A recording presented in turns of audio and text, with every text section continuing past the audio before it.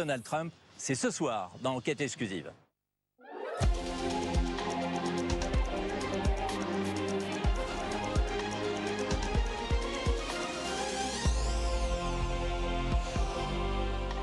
Bonjour à toutes et à tous, soyez les bienvenus dans cette édition. Nous sommes le dimanche 12 mai et voici les titres. La Suisse remporte l'Eurovision au terme d'un concours marqué par les tensions autour d'Israël. Sa candidate, sifflée durant sa prestation, a été massivement soutenue par le vote du public. Slimane, pour la France, termine 4e. La fin d'un long week-end aux allures de vacances avec... Et puis mélange de cirque et de théâtre. Le spectacle Dans ton cœur est une histoire d'amour. Il s'appelle Nemo, il a 24 ans, il est suisse et il a remporté hier soir le concours de l'Eurovision avec sa chanson The Code, un hymne à la tolérance qui lui aura permis de soulever le trophée. Au terme d'une soirée marquée une nouvelle fois par des tensions autour de la candidate israélienne et par quelques prestations extravagantes qui font aussi le succès du concours, la France s'offre une très jolie 4e place. Romain Lima, Pierre-Michaël Carniel.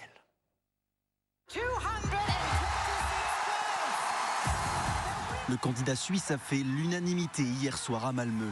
Nemo devient le premier interprète non-binaire à remporter le concours. L'artiste ne se reconnaît ni dans le genre féminin ou masculin.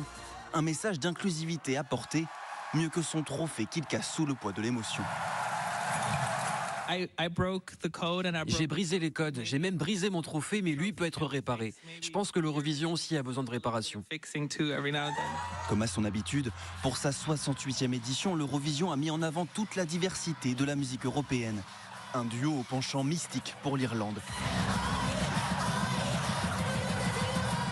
Des Croates tout en dentelle et quelque peu désarticulés.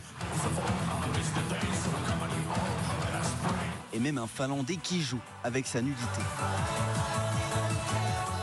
Mais toutes ces prestations extravagantes n'ont pas effacé les polémiques autour de la participation d'Israël.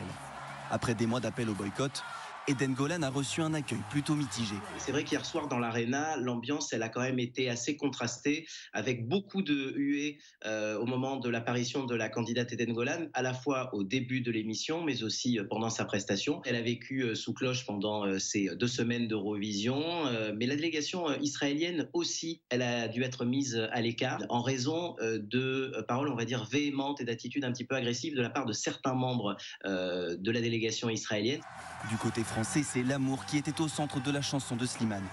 Il termine finalement à la 4e place.